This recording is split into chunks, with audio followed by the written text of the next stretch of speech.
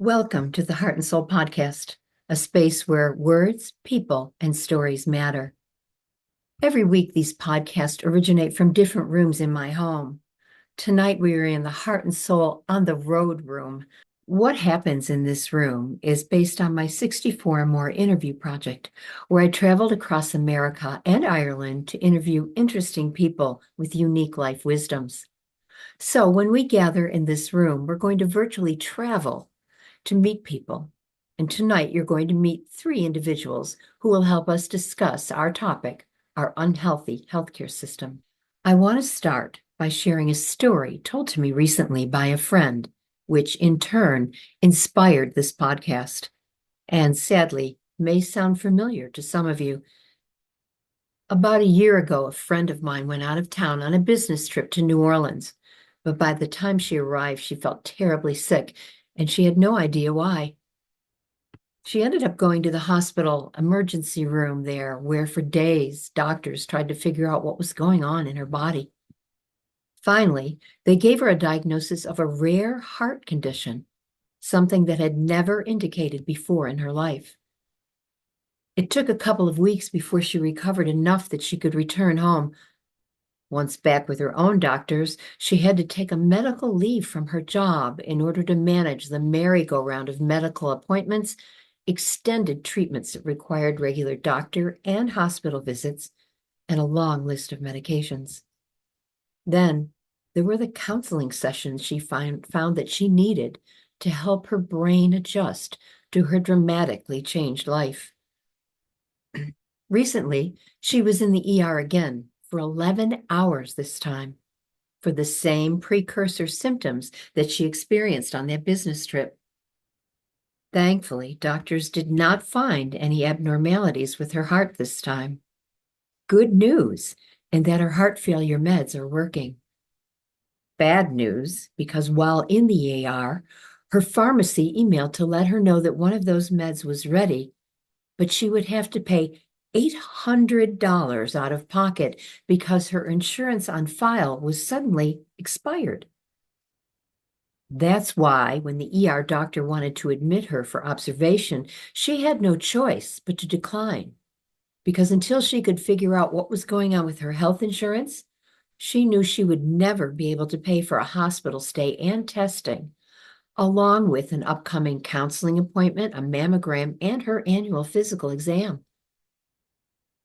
When she got home and started making phone calls about her health insurance, what she found out was that her employer had canceled her insurance and never told her. At this point, she's applied for Medicaid because she can't afford COBRA payments. And as she finished telling me all of this, the last thing she said was, "I'm just feeling completely dehumanized." I found my friend's story beyond disturbing, and it made me want to talk about it, about America's healthcare system that can do what is being done to people like my friend. So I invited some experts in the healthcare industry to provide insight into what is happening in the system now, things we don't all see and know about, answer any questions we may have, and become informed as to what is being done to try and make it better, and what resources might be available. I know you might be wondering what I hope to achieve by this podcast. I understand that at the end of our hour, we will not have changed our healthcare system. And my friend, like so many others across our nation, will still be facing debilitating health issues and needed healthcare that she can't afford. But I do believe in a quote I heard recently from poet and activist Andrea Gibson that sums up tonight's discussion. Even when the truth isn't hopeful, the telling of it is. So let's get started in creating some hope for all of us concerning our healthcare system by introducing our guests tonight. We have Michelle Farina, a medical health insurance broker and owner of the Farina Agency. We have Tish Brady, social worker and board president of the Western New York Integrated Care Collaborative, and Dr. Richard Collins, a recently retired primary care physician. I'm going to ask each one of them to tell you a bit more about what they do, beginning with Michelle. But full disclosure, Michelle and I are longtime friends, and I'm thrilled that she's here because she does extraordinary work in the healthcare industry, and I'm going to let her explain exactly what that is and how she does it. Michelle? Thank you, Christina. You know, I can't let any more time go by without saying, before I go on about myself, I'm a true fan of yours, a true Ah, fan.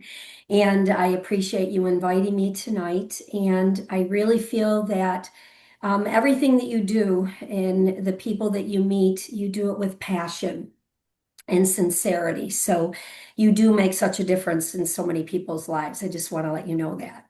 thank you. You're so And kind. even before I start going on about what I do, I mean, I'm shaking right now because that story that you just told, I hear this so often.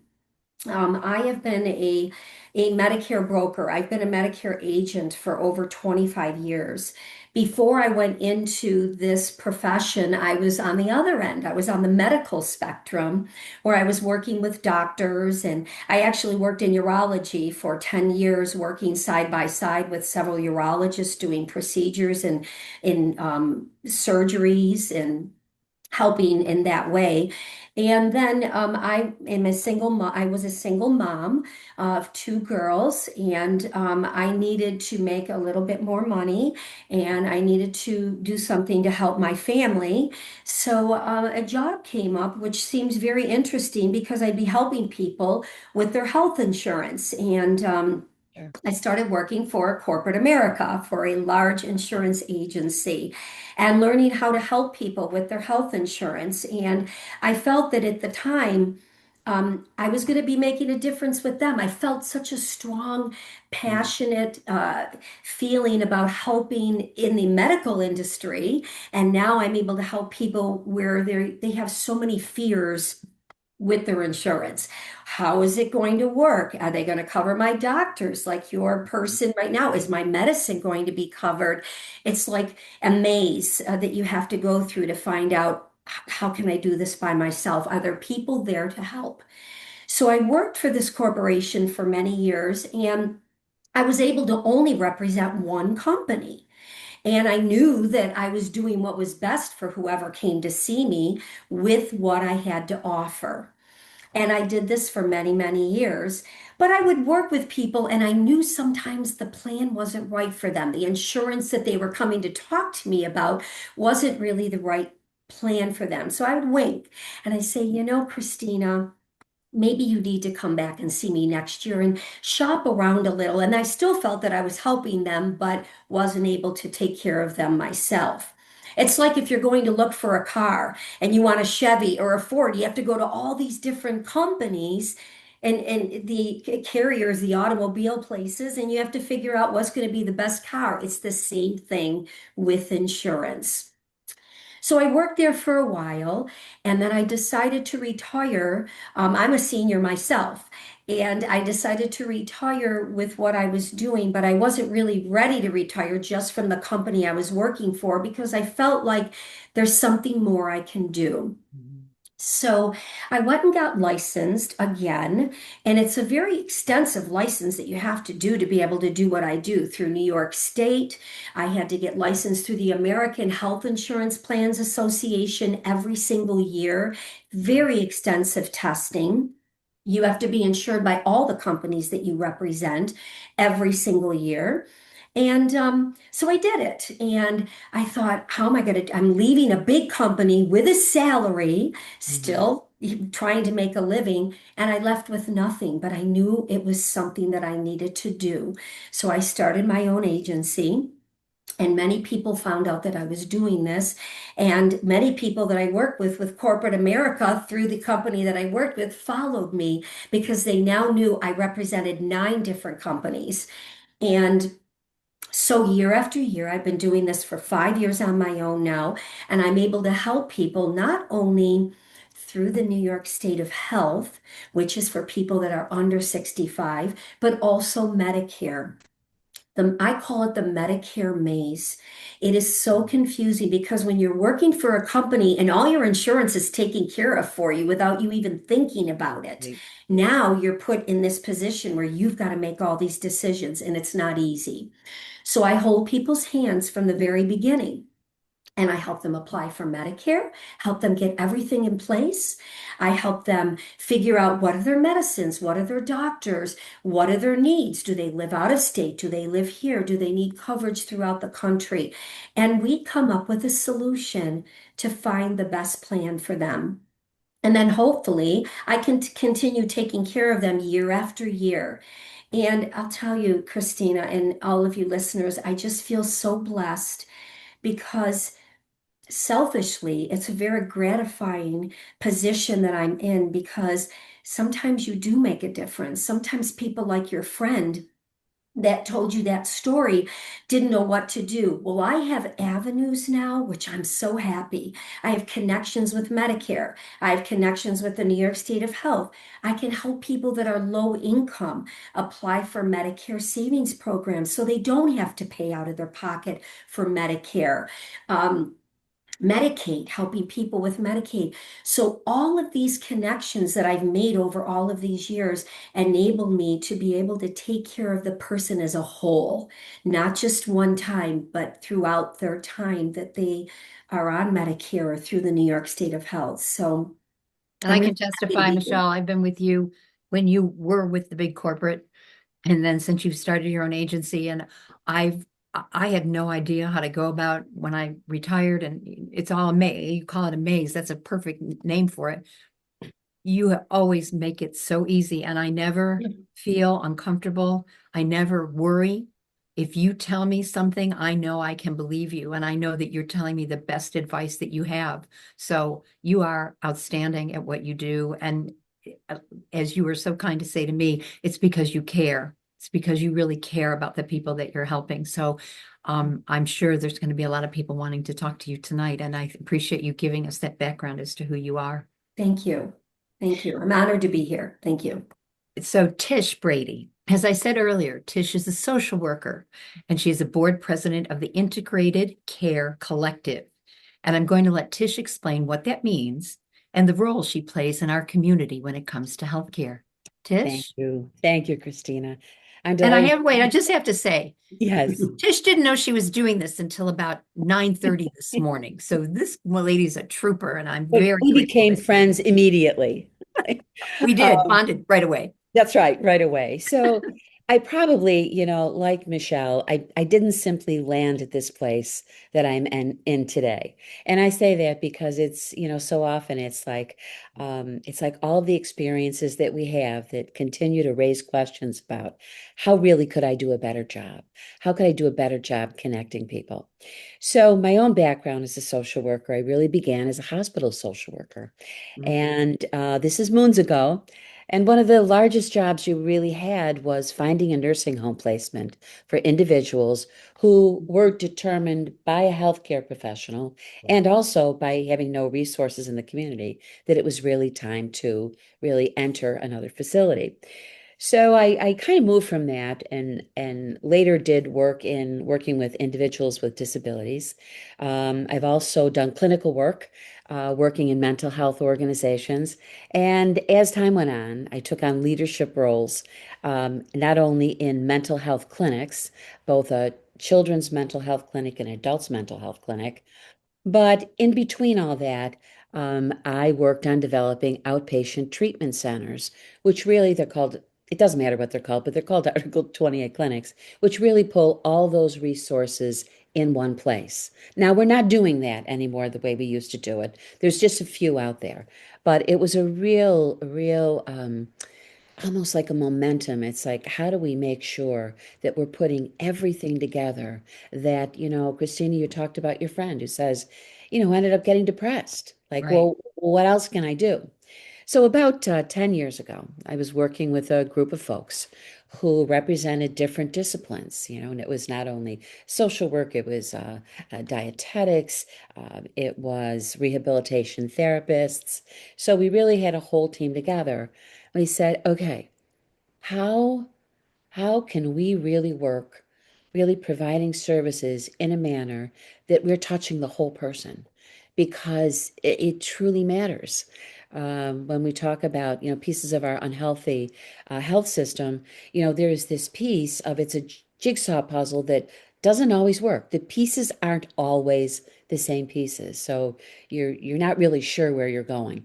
Right. Now, if you're an individual who has resources and who's got some fight in them, and also has family members who surround them, you can really begin navigating, much of the system, but not all of the system. So I'll talk a little bit about Western New York Interrelated Care Collaborative, and I kind of shortened it up. So that's the organization that I've really worked with for the past 10 years. We began in 2016. And what we do is we actually have relationships with over 120 community organizations. Wow. Because you find, when folks are, not sure or they've entered the health system, they're always going back home again. So who's going to support them at home? Right. So this organization, because we're working with independent nonprofit agencies that really offer everything from care coordination. You're coming out of the hospital, you're now doing well, but you do have some other needs. Where do you go next?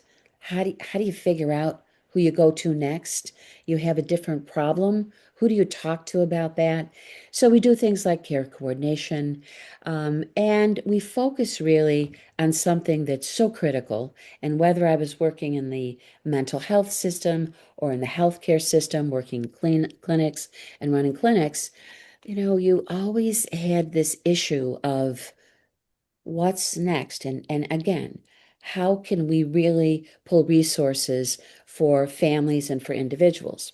So as your friend gave, that was a great example of how things don't go right. Right. So we make some assumptions that people are doing well medically, everything's great, but they're kind of going home to a house where they may live alone. They don't have transportation. Mhm. And there's some misunderstandings about that. You're saying, well, there are probably people that don't have many resources. That is not accurate at all. What is accurate is so many of our children, adult children, are moving out of the area, which is leaving so many folks who truly, are alone. And it's very important for them to be independent and be proud. And so very often, everything that we've done in the medical world to really get them well begins unraveling once they get home. So we're working on, they're called actually social determinants of health, which are all those things. It's a place you live. It's, food actually as medicine, Right. because that's a big piece of getting well. And The caring- transportation. I mean, I learned that yeah, in where people absolutely. can't get to the places, Can we you don't get even there? think about those things. Yeah, you don't think about that. Right. And the really important role of access to mental health services, Right. because our healthcare settings can't really do everything. They can bring us to a certain point, and of course they work very hard on collaboration. So with these 120 agencies, we actually cover Erie County, we cover Niagara County, Chautauqua County, and Cattaraugus County. So I'm just going to segue just for a second into one of the programs that we do. And I say we're really looking at doing programs in community that make a difference in people's lives. It is a diabetes prevention program. We actually would get a referral from Dr. Collins. He's already noticed that, the individual, his patient, is well on the way to actually becoming insulin dependent. They begin working with us. It's a 10-week program. And we have evidence that demonstrates that we can reduce your A1C to a level that you can begin managing some of the challenges you have. How So good does it's that a, feel? That's it, amazing. it's a quick overview. And I'm really honored to be representing these agencies, and I'm delighted to be here tonight with you all. Well, thank you for coming and thank you for that explanation. I'm sure, again, people are going to want to know more and have questions. So thank you. I appreciate everything you did to get here today and that you're joining us. Dr. Collins is a primary care physician who retired from Buffalo Medical Group just over a year ago. but he stays active in the medical world as a member of the University at Buffalo School of Medicine Admission Committee and with Canisius University's PA program. Dr. Collins, if you would please share a bit about your career in what has become our unhealthy healthcare system. Sure, Christina. It's a pleasure to be here with all of you. I grew up here in Western New York, went to St. Joe's for high school, went on to Boston College for my biology degree, came back to University of Buffalo for my medical degree, and returned to Boston for my residency in internal medicine primary care. And for the past 30 years, I've been practicing primary care medicine at Buffalo Medical Group, loved it, and retired last year and then moved on to the medical school where I've been active in a few committees. Also active at Canisius and working with the PA program there as well. But, over the 30 years of primary care medicine, I've seen some barriers that have come up and become more challenging to overcome. Even more recently, where do you send patients who are ill? For example, the Roswell Park. Roswell Park, in my estimation, is a wonderful, wonderful cancer facility. When you're diagnosed with acute leukemia, for me at least, that's the place you want to be. And there are some insurance companies that Michelle can attest to that don't want you to go to Roswell Park. And that for me is just very concerning. Mm-hmm. Roswell Park is Roswell Park. Right. There are other barriers that have come up over the years. Medications have been labeled very expensive and they will not allow them. Even the new diabetes weight loss medications like Ozempic and Wegovy, fantastic miracle drugs that are allowing people to lose weight, lose their diabetes. They can be very expensive. And the paperwork that the insurance companies want us to go through, the prior authorizations, can be difficult to fill out and can take hours just for one patient.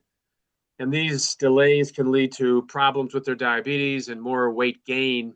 So insurance companies are tough with medications and diabetes and dermatology, even chemotherapy. The insurance companies can make shocking judgments that delay treatment, stop treatment, and the extensive documentation that needs to go into them is time consuming for the primary care office.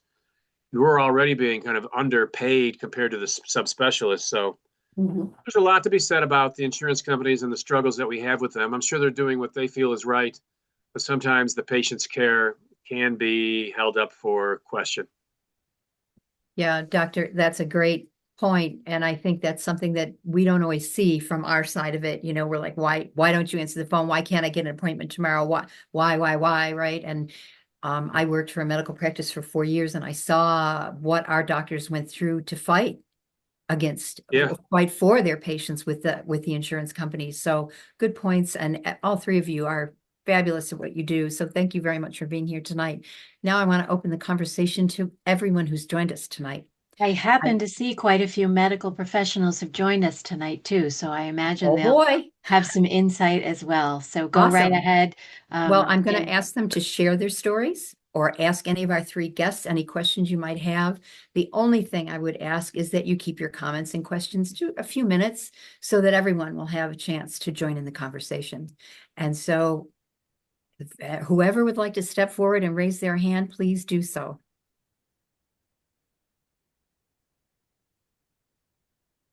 Lisa? Well, I haven't seen anything yet, but I'm happy to break the ice. My question was for Dr. Collins. In the time that you spend in the medical profession, and now you're seeing the potential candidates for the next wave, and I feel like it's getting harder and harder to be a medical professional. The expense you take on for the schooling, and then the insurance, malpractice insurance and things that you have to hold, and if you wanted to practice on your own versus in a group, and just the time that you've talked about. So what's happening in medicine and educating the next round of medical professionals? What are you seeing? Because that does make me nervous. Yeah, well, the University of Buffalo School of Medicine, the Jacob School of Medicine, is a wonderful facility. We are training approximately 190 physicians each year.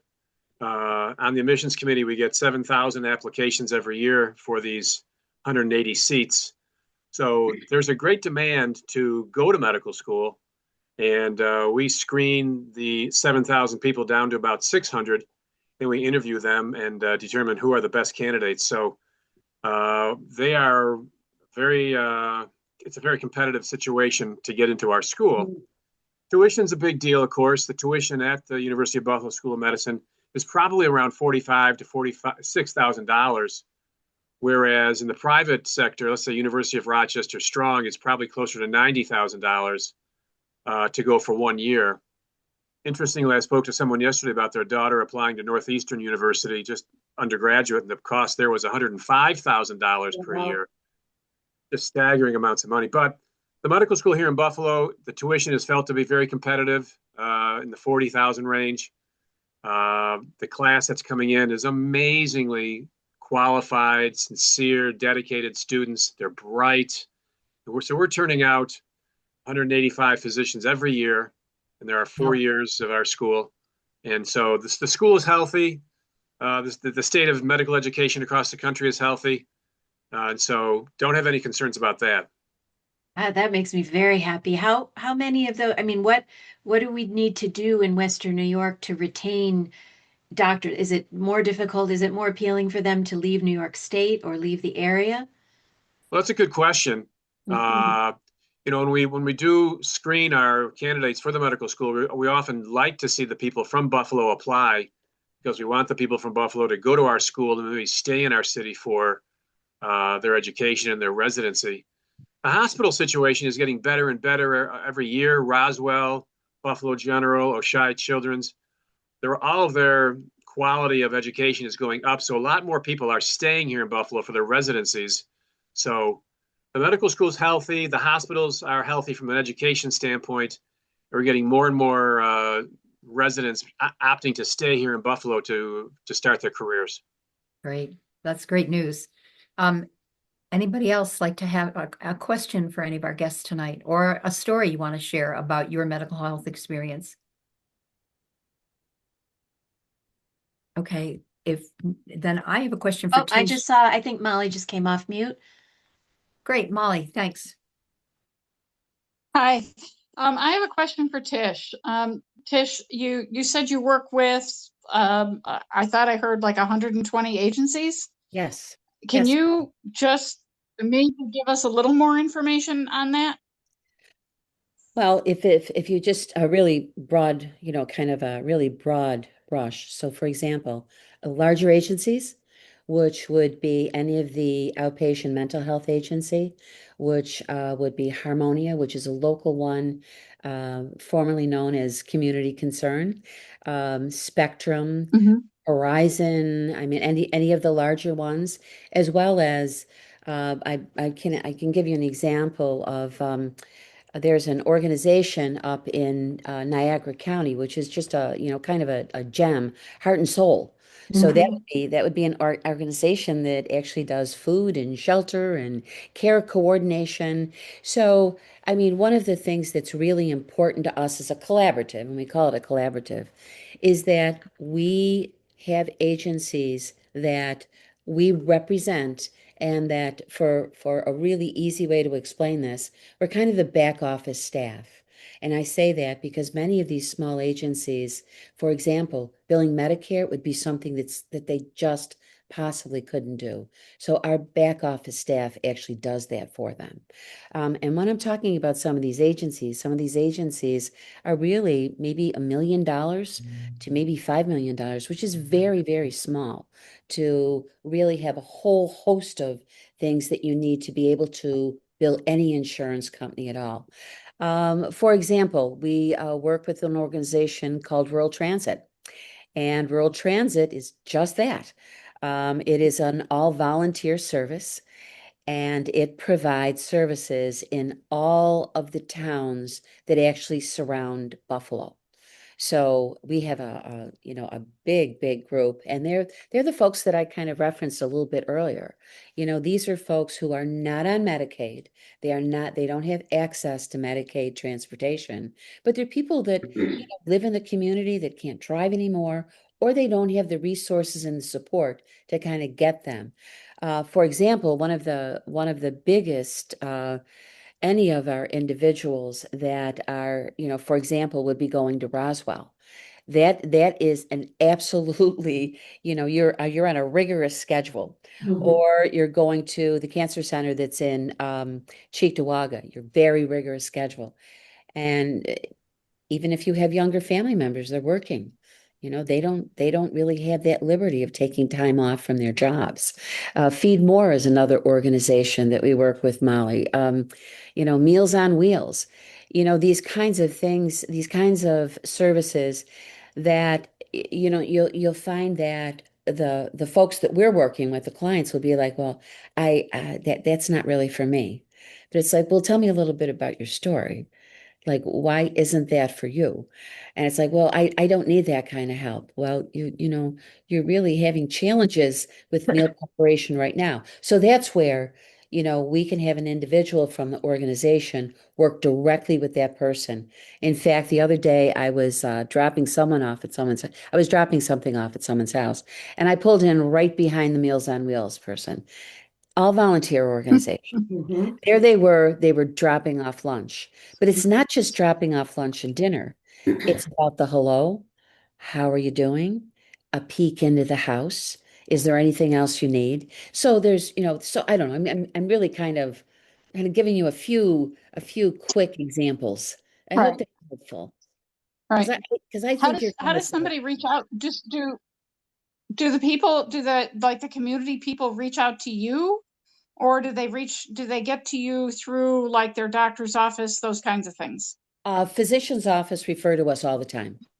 And then we're going to find the Okay. resource that's closest to the individual's home. Again, we're looking for community resources. That's a way. The other entree is that someone may be, for example, only seeking mental health services. They're seeking counseling at a local agency. And the counselor's like, okay, there's a lot more going on here. Like I can't do everything here. It's clear to me that there's a housing need here. It's clear to Yeah. me that this individual is Okay. having challenges, paying their utilities. So really the referrals come from all different directions. That's So wonderful. Okay. Thank you. Lisa just put the website for Tish's organization in the chat. Is that the right one? Let me see what you have in the chat right now. WNYSCN.org? No, actually, you're going to want to do, Okay. I'm looking at you right here. That is going to get you to us. But it will kind of tell you the story that we only serve individuals who have Medicaid, and that is absolutely inaccurate. That Oh, brings you to okay. a certain program. So let me pop that over to you if Yes, that's please okay. do. Well, Yes. someone Great. else's, So the on a website will be question. in the chat. So if you want to reach out and need more information, I'm sure there's a lot of information on the website, and there'll also be a way to contact someone at the organization. Absolutely. Great. Thank you, Tish. I have a question for Dr. Collins, actually. Can I ask a question? You certainly may. Okay. Dr. Collins, throughout your practice and all the years that you were dealing with patients, and you have firsthand when you're sitting with your patients, and you could probably notice right off the bat when someone needs, some extra help, or they're depressed, or they're going through different things in their life.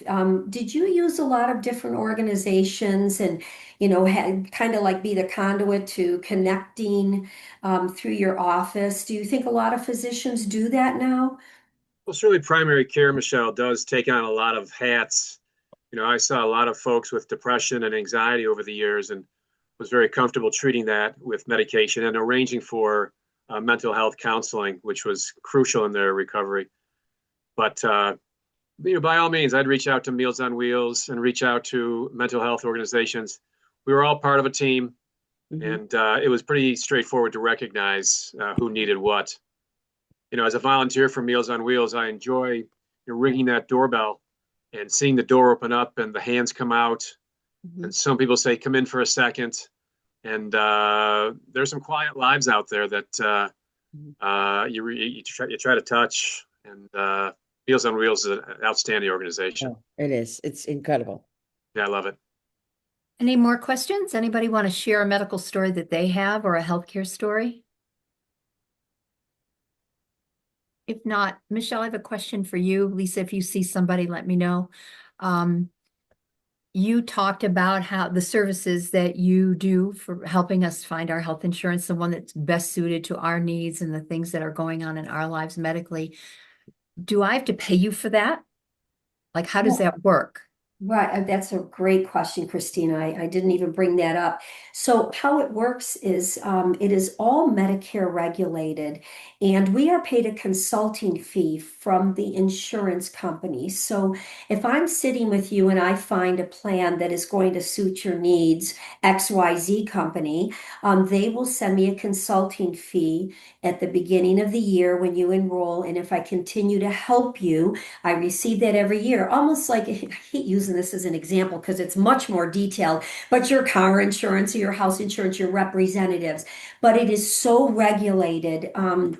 I can't get more money, more of a consulting fee if XYZ pays me more than double and another company. So it's all regulated. We make the same to help you. I mean, I love what I do so much, but I do have to make a living as well. So that's how we are paid. It never comes out of your pocket as my member. I'm always doing, what's best for you. So, yep, that's a great question, though. I get asked that all the time. After I'm done, they're like, well, should I write a check now? And I'm like, no, this is how it works. So Well, that's the another training, reason it makes you right? feel so good because you're helping the person hold all the way through and they don't have to pay anything for it because the cost of everything is so much. And, even since COVID hit, so many changes have happened in people's lives, from needing more medications and depression. And, I'm seeing this every single day. Doctor, you brought up things about the Ozempic and all these different drugs to help with that. But we're getting to a point where with Medicare, since the Inflation Reduction Act and, happened in March of 2024 and took place of 2025, it put a damper on costs for people. The Inflation Reduction Act was supposed to reduce the costs of all of us as Medicare recipients for their prescriptions, and no one should ever have to pay more than $2,100 a year for their prescriptions. But that's even a lot of money for people. Oh, And then absolutely. the onus is supposed to go more on the insurance companies because they have to pay more. And it's a big circle. It's a lot of money for people. And therefore, I have all kinds of programs to help people with that as well. There's New York State Epic, Elderly Pharmaceutical Insurance Company, which helps reduce the cost of prescriptions for people. And the income guidelines, people think, oh, well, I can't, I'm not eligible for that. I make too much money, well, or too little or whatever. It's $75,000 or less to be eligible for a single person to get assistance for prescriptions or $100,000 for married couples. And the Medicare Savings Program helps so many people. Not only does it help pay for their Medicare Part B, but it also helps lower the prescription cost to never more than $12.65, even for brand name drugs. So there is help. There are ways to find solutions for so many people. But to answer your question, you don't pay for me out of your pocket in a long whole story I gave. Wait, I'm nothing's ever free. That's breaking news.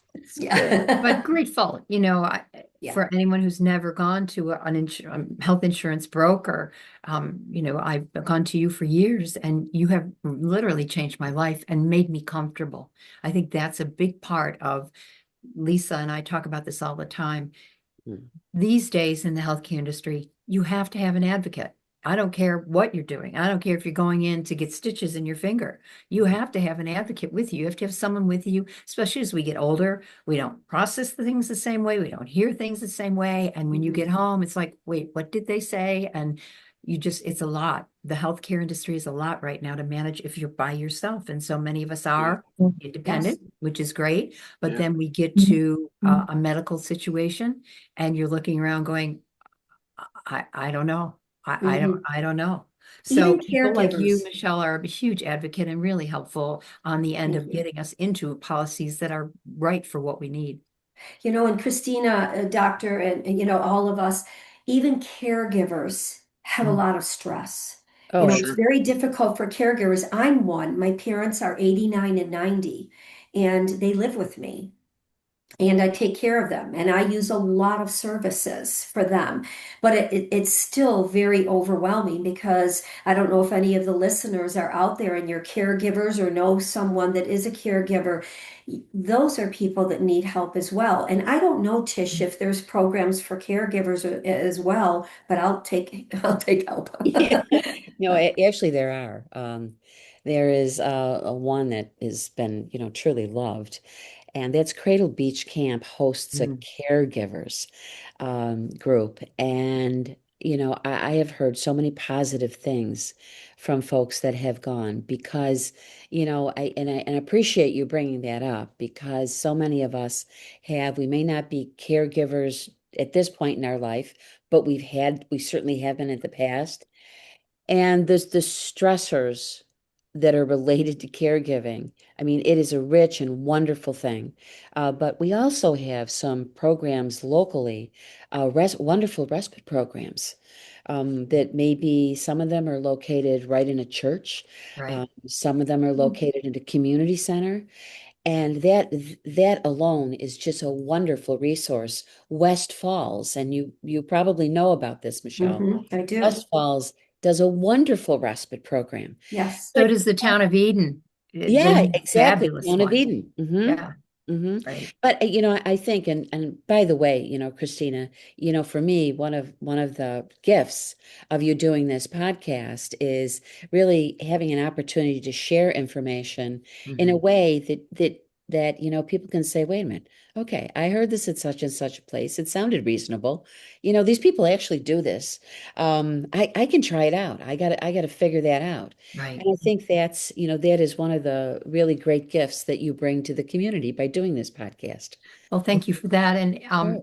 what I'd like, if there's anybody that wants to jump in here, please, raise your hand or let Lisa know. But I'd like to make one comment, Christina. sure, Kathy Donahue, Okay. thank you. Hi.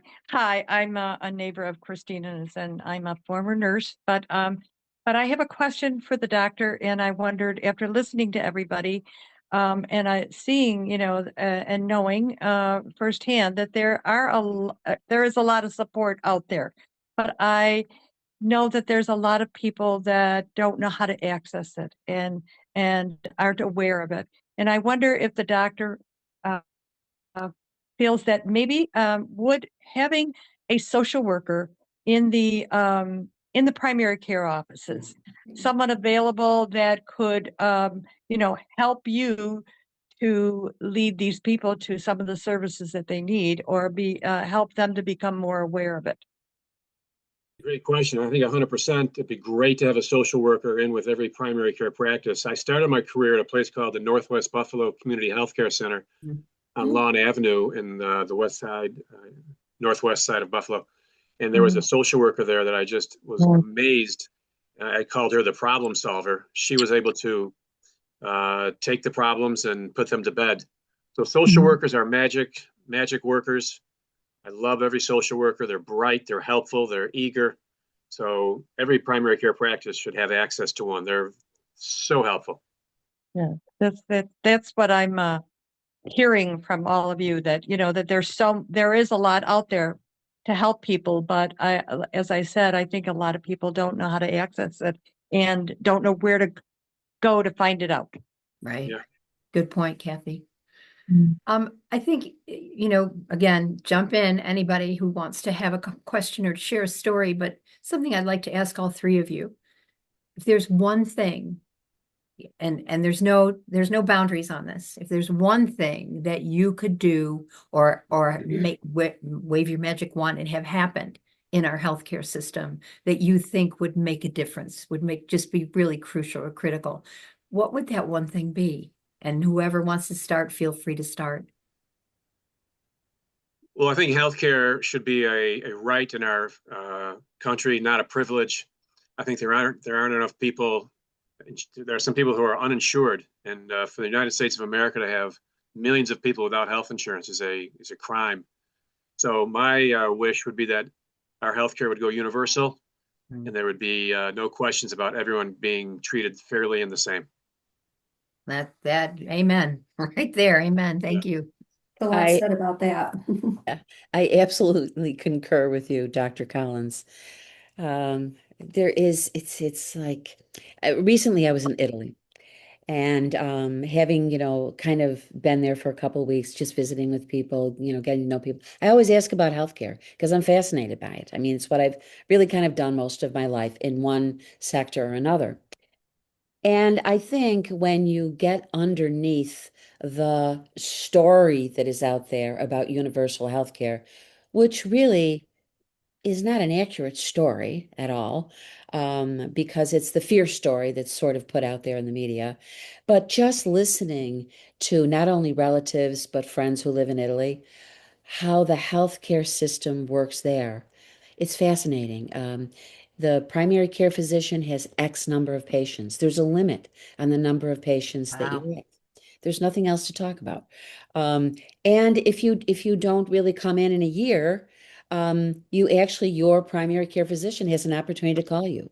You actually have the time to call, a patient on the phone and say, "Hey, haven't seen you in a while. Wonder how things are going, and how about if we get together in my office?" So or you talk to Canadians on a routine basis, our neighbors, and you hear their stories. But what you hear here in this country is, oh, there's long waits. It's really terrible.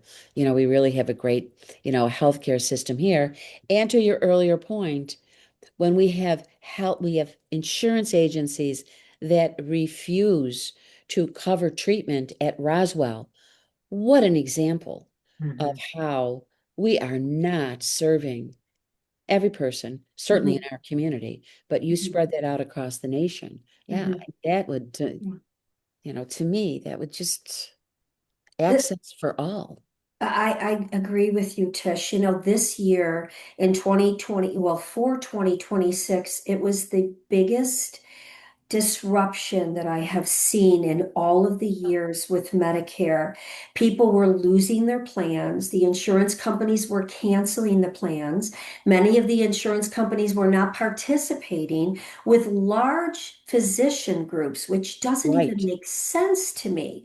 And it was causing so much anxiety with people. Talk about counseling and needing help with all of that. That in itself, people were so full of anxiety coming to me, coming to us. We saw over 1,000 people, my team and I, during annual enrollment this year. That's how Yeah. terrific this upheaval was in 2026, for 2026. Not to participate with Roswell, Really. not to cover prescriptions, needing prior approvals for prescriptions that these patients were on for years, and now things have changed. There has to be a change with this. It's very disruptive. And what I feel that the people need, my clients, your patients, your listeners, we need consistency. We need safe. We need to feel safe. We need to feel that things are going to stay stable. And this is what's happening in our country right now. We don't have the stability.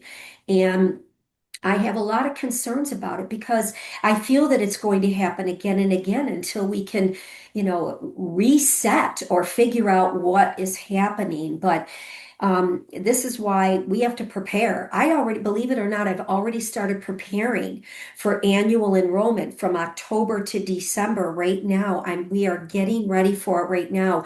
We are preparing with staff and sending information out. I never did that before in all the years that I have done what I do. And because I want people to feel safe. Right. I want them to feel that they trusting and you're going to do what's right. So if I could make a change for America, world peace, no, I'm kidding. That's true. Okay, good But start. but We'll I take it. feel I feel that stability and continuity of care, and I just think this is so, so important for everyone. That's one thing I'd like to circle back on that, Michelle, to Dr. Collins. From my experience personally, the primary care physician, the primary care practice is becoming a thing of the past. It's becoming so difficult, not only to find a primary care practice, but then see they won't take new patients because they can't. They're as you Tish, you said, the doctor actually has time to call his patients and talk to them. These poor doctors, nurses, PAs, MPs, it's insanity, literally, what they're trying to make happen. And people keep calling and saying, I need a doctor. And you have to say, I'm sorry, we can't. Where do we find specialists are not as bad in my experience. You can get appointments there. It takes a while, but they'll at least take new patients. But the primary care physician, the everyday doc is just overworked and overwhelmed. And how does that And resolve? underpaid. And underpaid. So Yeah. how does that resolve? What do we like? So the medical school here in Buffalo is kind of focusing on primary care. There is a push to put the emphasis on primary care that kids and the students can lean toward that. Primary care is not the sexy specialty that cardiology and GI and neurology are. Those folks get paid more, and so primary care is not as attractive to a lot of students coming out of school. So it'd be nice to reimburse the primary care folks a little better, to make it a little more attractive to go into it as a subspecialty. There are primary care folks taking new patients. You have to find them. Buffalo Medical Group has a number of physicians looking for new patients. So they're out there, but primary care is a challenging subspecialty because it's just, you really are the foundation, and you're expected to do a lot more than just see the patient. You're the gatekeeper. And the other thing, Michelle, you made a really good point. Yeah, they're out there, and I'm sure they're all great. I have no idea, but I don't know them. And I need to feel safe. I need to feel that I can trust them. So that's like, go in the first time and see how it goes. And if it doesn't go well, do you stay? Do you go? I mean, it's just become, when you talked earlier, Michelle, about, so many different cars and you have to go try them all out. I hate car shopping. I don't know anybody who enjoys, well, I know a couple of people, but not very many who enjoy the car shopping process. I hate having to find a new doctor because it's Oh, I did distressful. too. Dr. Collins knows all too well. It's just He was an stressful. amazing doctor. He was mine. Yes, he was amazing. Yeah. So I don't know how we change that.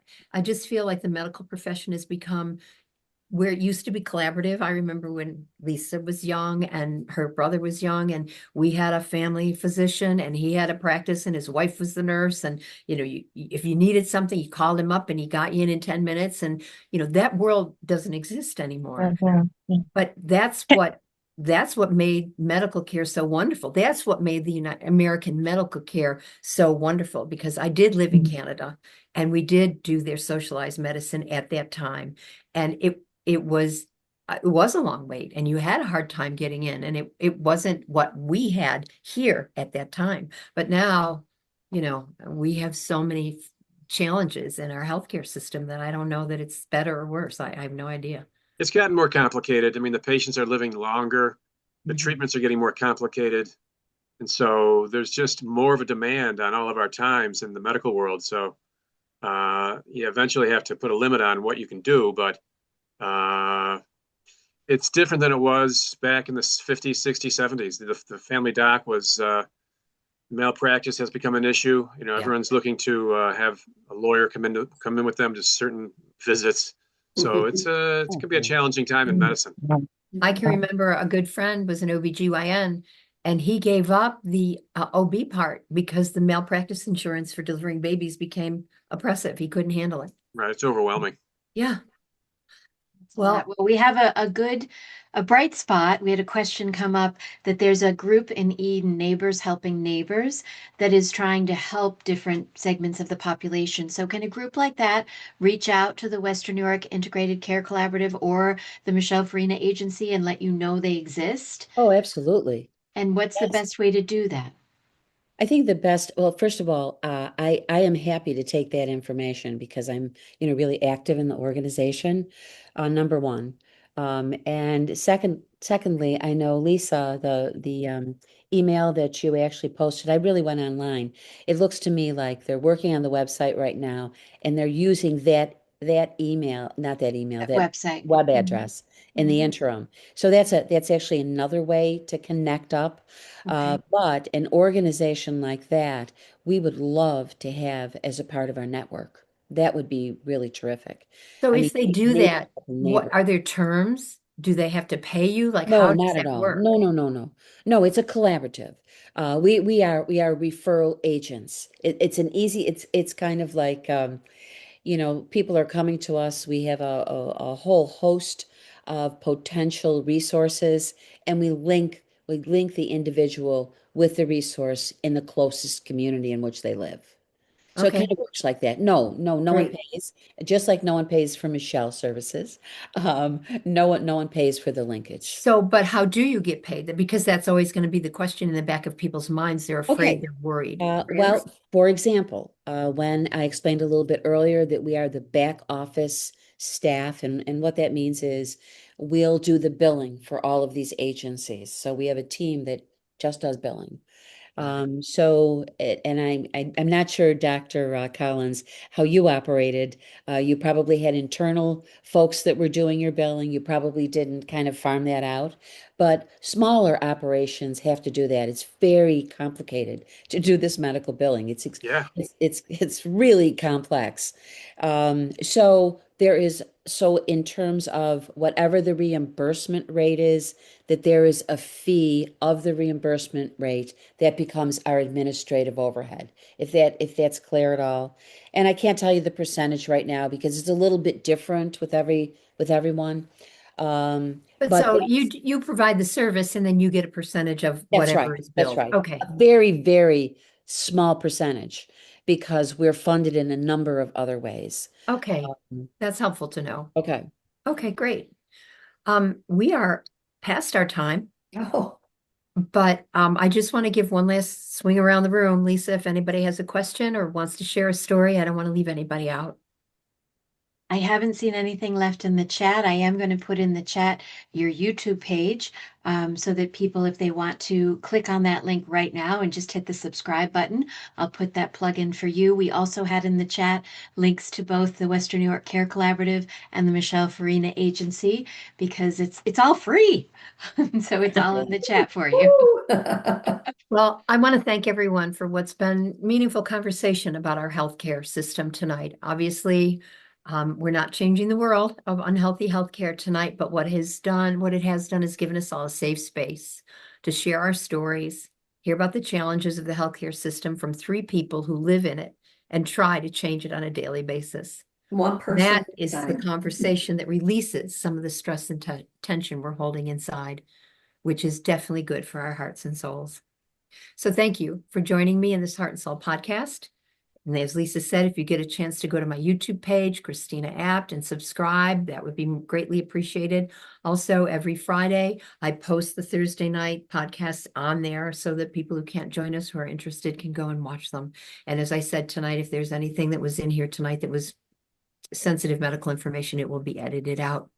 So please feel free to share my YouTube page with others who you think might be interested. And finally, I hope our conversation tonight stays with you, inspires you, and brings you back again to this special space where people, words, and stories matter. Talk soon.